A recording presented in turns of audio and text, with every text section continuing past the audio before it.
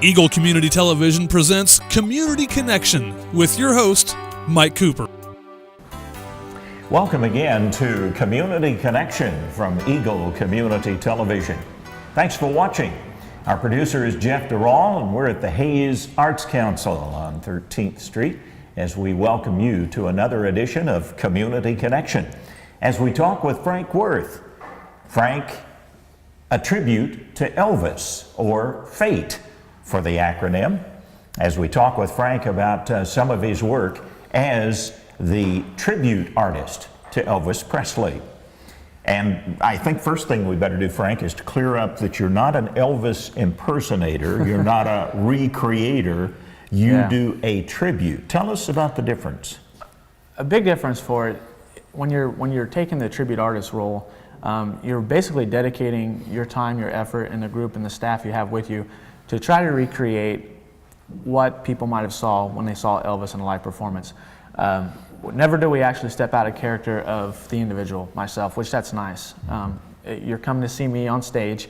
Granted, we are in dress and clothes and stuff to recreate that event, but we set the show up as Elvis would have, and we do each song to the respect of the time and era that it was performed in. So. And what gave you the idea to do the tribute to Elvis? Well, I've been a big music fan my whole life. Growing up, my dad, he spun records all the time, so I was listening to everything from country, gospel, rhythm and blues, you name it, rock and roll. But the Elvis thing totally stuck, and it was on my honeymoon. My wife and I were in Nashville, and she was out shopping, and I decided to go to RCA Victor and record 2 tracks, and they went over really well. And long story short, I just kind of took my passion in that and realizing, you know, Elvis has already been done. There won't ever be another one. But I did some research and saw the benefits and stuff that Elvis did, and the stuff people don't realize what he gave more than what he received, and that was the best part, you know. So I basically just wanted to do that and show my passion for that. And then little unknown, I would never thought we'd be doing as many shows as we are. And that's been how many years now, Frank? In June, it was 4 years. Mm-hmm. So it's been about 2.5 years professionally, where we've played on some pretty big stages in Branson and the Nevada area. Got to play in Elvis's hometown. Got to play at Graceland here this past August, which was really, I mean, I was a wreck, but it's every year it seems like there's a new milestone, and it's just a dream that keeps coming true. Which Elvis song did you and your wife have as your wedding song? Love Me Tender. That was the song that's our song. I have to be careful when I sing that. I have to make sure she's in the audience. If not, I kind of get in trouble. So. Fair enough. You mentioned a couple of the stops. Performing at Graceland must have been something special. It was. I still kind of get shaky about it. There's thousands of people down there, and it was during Elvis week. But to have the opportunity to go back there and sing, you know, in the same place where the man built it himself, and you kind of get to realize this was more than just a star. This was more than Elvis. This was a human being. And to sing some songs that I grew up listening to, it was the greatest. If it all ended tomorrow, I'm completely thrilled with what we've accomplished so far. Did you get feedback from the crowd, Frank? Was there crowd reaction after the show? Very, very, very, very amazing. We did it. We were the last performance on August 15th, which is the eve of Elvis's death, and there was over 75,000 people that were there solidly from that time till 10:30 the next morning doing a vigil walk. And I cannot tell you how many people that I had got to talk to and people that knew Elvis. That's been the nice thing. I can actually call some of the people that were with Elvis night and day. They're my friends, and it feels good to know that it's accepted by them. And that's been great. Do you know, now some of the musicians are of course still alive. Do you know some of his backing musicians? Absolutely. One of the closest guys you'll ever meet to Elvis, I met in Mesquite, Nevada this past year. We won quite a few awards out there the past few years, but Joe Esposito was Elvis's right-hand man. He was with Elvis from 1959 till the end of his life, and to listen to him and for him to come up and say, you know, good job, pat on the back, or be backstage while you're backstage, and while you're performing, look back at that curtain and realize getting a little bit of a shake, you know, no, is this really happening? but they're so humble, and they say, without Elvis, they would not have what they have. He was more of a family member to them than he was Elvis. Talk a little bit about the man himself in your research, and of course, obviously, you have to do extensive research on this. Yeah. Talk about the man himself. What I keep finding is he was really shy. They said, a lot of the people say that Elvis was not the type of people would, keep staring at him or something. He'd get real uncomfortable. And they say a lot of times Elvis, to calm himself, if they go to an auditorium like Madison Square Garden, he wouldn't be talking to all the officials and stuff. He'd be finding a janitor, pushing a broom, wanted to know what he was doing, his everyday life, because, that's what Elvis was. They said he never forgot where he came from. So there was just that was nice to know there was a man behind the star. But they said when Elvis did take the stage, they said it was breathtaking. They said most men would say he was probably the most beautiful individual a person ever seen. But all the donating that Elvis did, I think that's where I even got more passion for him, because Elvis gave millions of dollars away.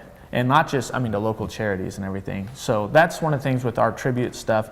It is a lot of hard work, it's a lot of hours, but there's nothing more gratifying than helping somebody out with it, and I think that's what's helped us along the way. We're going to talk more about that in just a few minutes. Sure. Tell us about the transformation that takes place in your case to transform to the tribute for Elvis.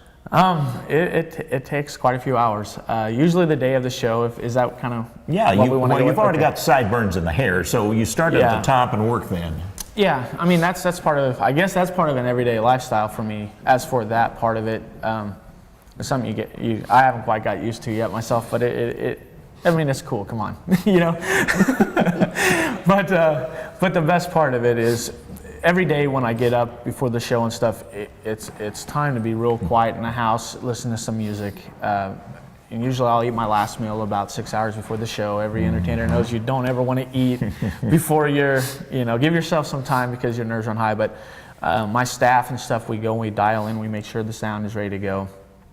And then basically I have a bunch of my group, my family, all around the house, and they're keeping me calm during the day, and we're just visiting. And then the hairdresser and makeup artists and stuff, I have our own people that come over and do that. It takes about 14 people to get me to where I need to be from start to finish. And I couldn't do without them. But the hair and the makeup will start about 2 hours before the show starts. And then, of course, we'll usually arrive anywhere from 15 to 20 minutes before the show starts. And normally we'll give a good, hour and a half to 2 hour, 2.5 hour performance. Most of these people in the support role are family members or people that have been with you a long time. Yeah, every single one of them, they are my family. A few of them, of course, aren't, they're friends, but like I said, they've become family to me. They've helped me get through, a lot of these things, and without family in doing this, there's no way I could have made this. You can't trust nobody but your family, is what they say. But these people, they do. But the nice thing about it is their heart for that type of music, and they've seen what it has done for the community and everything. They feel like they're part of it, and they very much are, because it's a group effort. I couldn't do that on my own, Well, Frank, as you're well aware, I'm sure, many years ago, the U.S. Postal Service put out some commemorative stamps for Elvis Presley. And the voting prior to the stamps was the younger Elvis versus the older Elvis, if you will. And the younger Elvis was actually the one that won out as far as the population, or the voting for the stamp at least. But you are more of the later Elvis. Yeah, we do kind of the 67 to the 73 era, kind of in Elvis's prime. But I thought it was pretty cool that they went with the younger Elvis.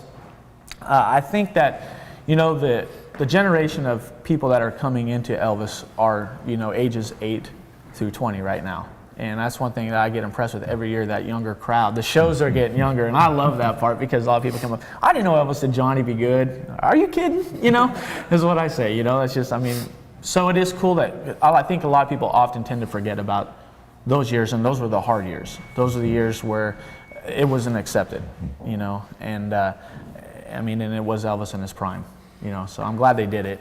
Frank Werth. Frank's a tribute to Elvis. And we'll be back with more as we explore Frank Werth as the Elvis tribute continues on Eagle Community Television after the break. Thanks for watching. Every Sunday afternoon, NFL Red Zone takes you from game to game, live in HD. Every touchdown from every game. Go to NFL.com/RedZoneTV. Get in the zone. NFL Red Zone. Every touchdown, every game, every Sunday afternoon. Get the NFL Red Zone for only $29.95 for this year's season. Call Eagle Communications at 877-61-EAGLE. Welcome again to our Community Connection. We're at the Hayes Arts Council main facility, and we're visiting with Frank Werth and Frank's tribute to Elvis as we continue our conversation with Frank, talking about a presentation that he will be making for the community. But Frank, to resume our conversation, everybody seems to have a theory on why Elvis has remained so popular for so long. You can't say that about very many performers, but Elvis Presley, as you said when you visited Graceland, 75,000 people during that tribute week. That was just that one day, so people aren't there for the whole, just one day. 8 days. That was just on the eve. It blows my mind because, they play Elvis on the radio all the time. So, most kids, I believe my kids and the next generation after me are going to know who Elvis Presley is. He's on commercials still, but when you go to Memphis and you see people from all over the world, it's not just right here. I remember walking through, the mall area down there, and my dad and I looked at him. I said, I think we're the minority right now here today. And he says, it's funny because a lot of people said they wanted him to tour outside the U.S. Elvis never got the chance to. Kind of time ran out on him because of all this stuff. But it blows your mind. And his daughter, Lisa, is very active in it now. And I think that helps out a lot. But there are thousands of tribute artists that come. And I know from the Hayes area, and I'm so thankful for that. But we had over 30 people follow us from here to there just to see me perform 2 or 3 songs, and I feel like I owe people a lot for that. But so that's the amazing part. A lot of those people, we're helping grow that for them, and so it makes you a part of making sure that legacy doesn't die. So I'm a part of it, and I feel good about that. Well, speaking of songs, how do you incorporate, because there were so many, literally, from the very beginning of his work on Sun Records, all the way through to those big concerts and satellite concerts and everything else. How do you pick your selection? Well, the nice thing about it is Elvis had recorded 1,200 songs. Is that in his lifetime? 1,200? That's it. Wow. That's it. And it's funny because not even 600 and some of them were actually released. So, and with that, we're usually prepared for anywhere. My group and I, we're prepared for 600 songs at all times. If you name that many Elvis songs, I'm ready for it. I'm ready to go. So are my girls. But from being a history buff, I know all those different years, and Elvis had so many different remixes. Like Suspicious Minds is, a very big song of his, but there's like 12 different versions of how you could produce it and perform it. So, but we've never done a show that's been the same. I've never done the same show. I think we're over 100 shows we've done in the past 4 years, and I can say that I've never done the same one over. Everything's a different arrangement. So keeping it fresh for the people that come is nice. And in that mix of songs, I suppose this is not a fair question about your favorite, other than Love Me Tender, of course, which was your wedding song. Absolutely. You have to say that one, Frank. Absolutely. I got to go home tonight. The more I'm getting into this, I always used to say, don't be cruel. That's the song that always popped in my head. That's one I remember from childhood. The more I get into this, I'm falling in love a little bit more with the Elvis ballads and gospel. My favorite gospel song by far is How Great Thou Art. That's to perform on a stage, that by far has been the greatest song to do and rewarding. So if I had to pick a favorite song, it would be that gospel song. So many people, and I'm glad you said that, because from what we hear, so many people relate so well to those gospel songs, and from Elvis's background and such, growing up in the rural community and such, that was a very big part of his life, and it translates through his interpretations, I think. And maybe that's part of the answer. The question is how it goes along. I think for every song that Elvis sung, it told a story, especially those gospel ones, because it kind of reminds people of their roots, you know. And I think that basically that's we want to just answer that question. That's the best I've ever come up with. So yeah, no, absolutely. Well, I'm glad I could help. Well, thank you. I appreciate that. Really. Frank, a lot of what you do, as we will talk a little bit more with Arts Council Director Brenda Maida, you do a lot of benefits, a lot of fundraisers, a lot of concerts for people who have some significant needs. And I think that is something that really translates to probably what Elvis Presley would do. I think the older that Elvis would have got and stuff, I mean, he would have hit his time where he probably wouldn't have needed a lot of things. I didn't know, like, you know, Pearl Harbor. I did not realize that that memorial would not have happened had Elvis not donated the money for it. You know, so you hear those stories, but I mean, we've done so much with the community, and it has been very rewarding just because, like I said, the people that have followed us so long. But helping out families, whether it was a cancer, you know, thing, whether good or bad outcome, helping out with local schools and stuff, it's helped me give back in a way that you can't receive, that you can't put a dollar on that, you know, so. I mean, and I think that's what kind of drives me to keep going sometimes. When you're actually in the concert mode, full dress and ready to go and such, what is the backing music? Is that pre-recorded? How does that work? Right. All of our tracks, and boy, let me tell you, they're expensive. They are not just your average karaoke track. You have to license that from Elvis Presley Enterprises. Exactly. Don't you have to. There's certain companies out there that remake the songs. They use some of the original people that did it and some of the singing. So it like I said, it is performed just like it would have been. And I love when we can use a live band. I mean, there's times that people come out and they say, boy, I've never seen you like that before. You know, but it gives you some energy, doesn't it? Right. Oh, absolutely. When you can look back at a drummer or a guitar player and just have that connection. But what helps out with me with those backing tracks, I do have the Velvets, they're backup singers, which consist of my mother and my aunt, which they're very great vocalists. But to make those songs that much bigger and powerful, and actually that gives me a chill. That energizes me when I look over and see them doing their job too. Other family members, now you mentioned a couple of family members who do the backing vocals. Other members musically inclined? You know, there's a bunch of them. I probably won't say their names because they'll get mad at me if I do that. But, you know, I do. Growing up, I mean, out in Shinshin, that's where I was born. And I remember having 2 TV stations. So what I remember of evenings, my dad played records all the time. So aunts, uncles, grandparents. I mean, there was always music in the Werth house. Always. You know, so yeah, that's how it is. And different kinds of music, so you could adapt well to the early Elvis, which was kind of a rhythm and blues rockabilly type, all the way to the gospel to the later work. Country, you know, I mean, that was the nice thing, I think, in Elvis, he touched not just one genre of music, he touched them all, you know, and was successful at every single thing he did. At every single thing he did. Yeah. Frank, I want to hold this up while you tell us about contact information for Frank Werth and Frank's A Tribute to Elvis, as far as people who might have an event coming up that they'd like to have your performance and have you representing their group or organization. Well, thank you. Thank you. Go ahead. Okay. Well, you can reach us by email it's imfate@hotmail.com, or you can go on our website. It's called kingofate.com, and on there's a contact information. You will get my manager, his phone number, which is 785-639-3090, and that would be my mother, Geraldine. She takes care of all that. But yeah, we would, if you have any interest in booking our show, we'd love to have the opportunity to come and do so. And like, we're very appreciative, you know, for you guys and what you guys are letting us do here too with the Hayes Performing Arts Center. We're very thrilled to be back home again. Well, and back home indeed, although basically going all over the United States performing as Frank's A Tribute to Elvis. Coming up, the Hayes Arts Council and a special fundraiser that Frank is going to be helping out there.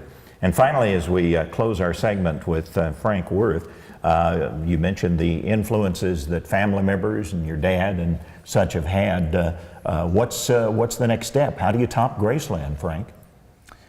Vegas, more Vegas shows.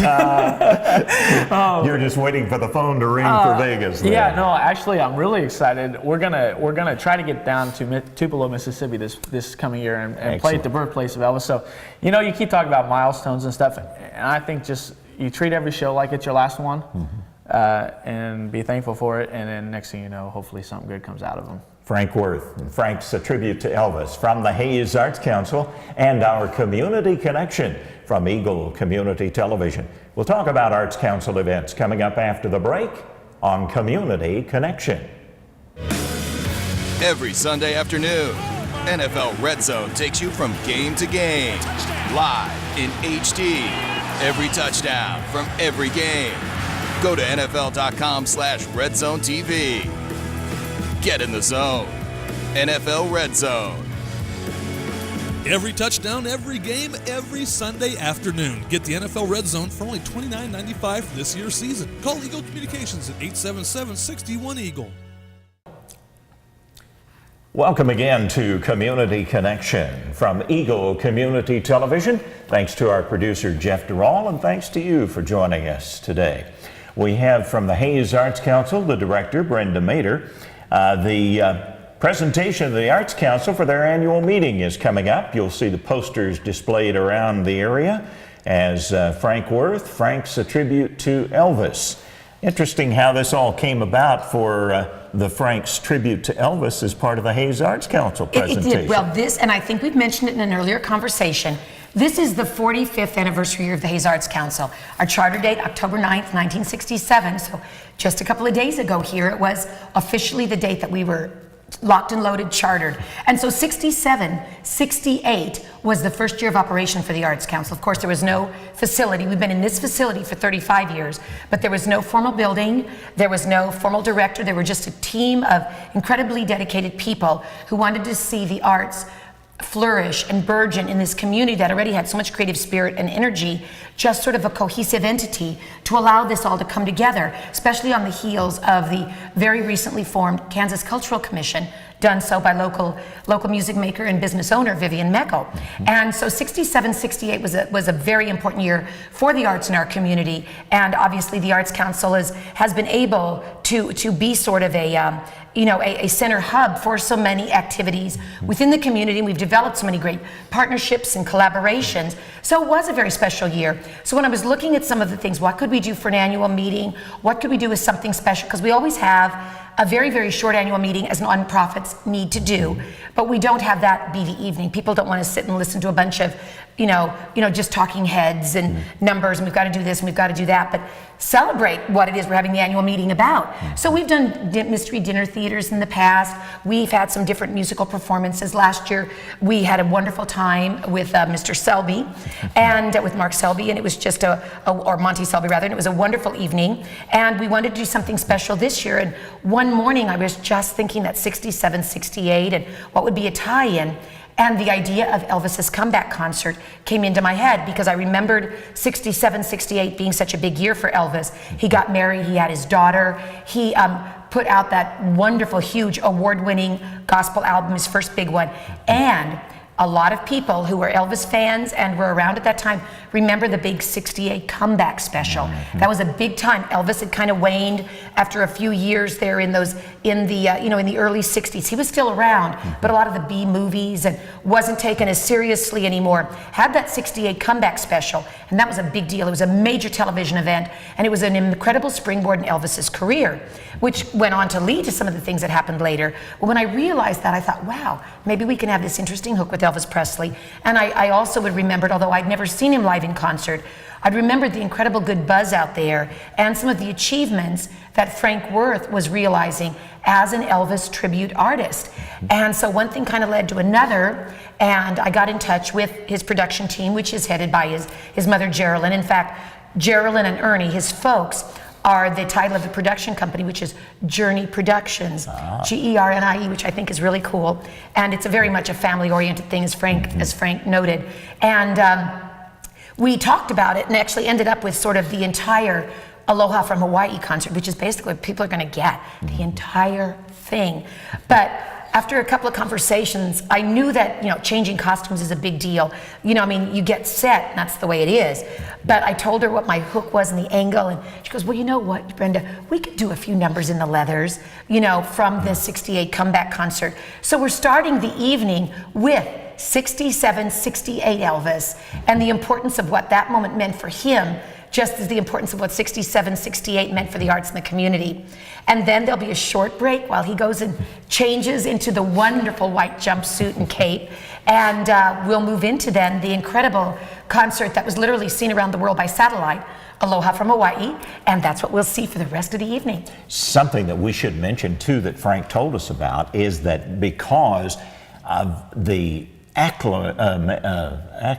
that he's had, many of the people who worked with Elvis helped design his costuming, his jewelry, everything is, the scarves, everything is totally legitimate. Frank is legitimate. He has so much integrity with what he does. He even undersold, I think even what he brings to this. It is truly, it's a passion, and there is so much integrity and respect that comes to this. He is not trying to pretend to be Elvis. He is trying to, as much as possible, emulate and represent Elvis. He's not trying to be Elvis. He's trying to represent him with all the integrity and respect that it's possible for a person who's not Elvis to muster. And yes, his costumes are made by some of the same costumers and teams of people that did Elvis's costumes, particularly during his Vegas years. Some of the jewelry that Frank has is legitimately jewelry that comes from molds made by Elvis's jewelers. The molds are still there in Vegas, and those things are only done for a legitimate Elvis tribute artist. They don't just schlock that out for anyone. And even the scarves are specially made scarves, authenticated and sort of like the seal of approval, like we do with all the sports memorabilia for teams where things have to be licensed. And that's how a great deal of what Frank utilizes is done. A couple of things that I did want you to mention before our conclusion of our interview. First of all, tickets and where and how. Yes, the tickets are available either here at the Hayes Arts Council, at both serves on Vine Street and Hall Streets, and Tom's Music here in downtown Hayes. And the tickets are $15 a person. It does benefit the Hayes Arts Council and our programming and operations that we do all year long and celebrates our 45th anniversary. If people are interested in a patron table, it's the only way to have a guaranteed reserved table. It's $150 for a table of 8, but it does give you reserved seating, preferred seating, a bottle of wine, and special recognition for those you need to see the Hayes Arts Center. It will be at the Fox Pavilion on Friday, October 26th. The doors for the concert part of the evening will open at 7:10. But the front lobby will be open earlier. But 7:10, the doors for the concert will open. The concert will begin at 7:30, because from 7:15 to a little after 7, we will be having a gathering and a short annual meeting for the 45th anniversary of the Hayes Arts Council. But the evening is open to everyone, not necessarily Arts Council members. It's open to anyone. And then Saturday night, they're doing a special benefit concert for Jamie Sims, so you can go right back and see Frank the next night if you're so inclined. And we have a couple of minutes left. Brenda, tell us what the next exhibit we'll be able to see will be at the Hayes Arts Council. You're seeing a little bit of it behind us here. Elvis and John Cody together in one room at the same time. What a team. Huh? What a team. Our next exhibition, it was 20 years ago, as we visited with Mick Yilg, his 40-year career retrospective. It had been almost that long since his first exhibition here. Well, it was 20 years ago this year that the Arts Council hosted the first, and really the community, or anywhere in our community, hosted the first John Cody exhibition. And so I thought it would be really great to do that again. John is still producing amazing work in his late 80s. In fact, he's off on a trip to Russia even as we speak. And but I thought, well, why not do a little bit of a blend? John's son-in-law, Mark Shaken, is an attorney in Kansas City, but also an incredibly accomplished and successful photographer. And I thought, how wonderful to put these two gentlemen together, especially with Mark having so many things in his portfolio that fell into a serene, a quiet and tranquil, beautiful look at our world. So Mark Shaken's beautiful color photographs mounted on aluminum, or printed on aluminum, and John Cody's work, some newer things in recent years, and some of my favorite older pieces, will be up starting a little later this month and running all the way through the end of November. So please come by and see that November 2nd. We'll have a nice artist reception here in the gallery that Friday night. So we just are continuing the celebration of the Arts Council's place in the community after 45 years. So things for kids, adults, young and old, performing arts, literary arts, and visual arts. And we're going to keep going for a long time. And we didn't even get a chance to mention she's directing Little Abner this year for the Hayes High School musical. Another wonderful production from the good people at Hayes. I'm very proud to be part of that. And from the Hayes Arts Council, Director Brenda Mader and our Community Connection. Thanks to producer Jeff Durall, and thanks to you for watching Eagle Community Television.